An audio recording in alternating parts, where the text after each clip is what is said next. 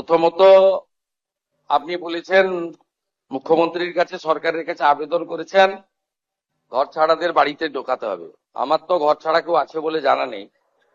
যদি যদি যদি যদি যদি কেউ ঘর ছাড়া থাকে আপনি আপনি মাননীয় ডিজিপির কাছে তালিকা দেবেন, কিন্তু শর্ত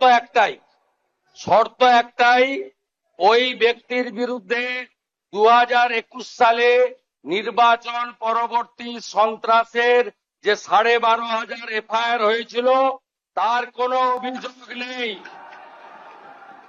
একদম পরিষ্কার শর্ত, যার জন্য জাস্টিস মঞ্জুরা চেল্লুর নেতৃত্বে কলকাতা হাইকোর্ট যে কমিটি করে দিয়েছিল, সিট তৈরি হয়েছিল, ভবানী ভবনে টেম্পোরারি অফিস হয়েছিল।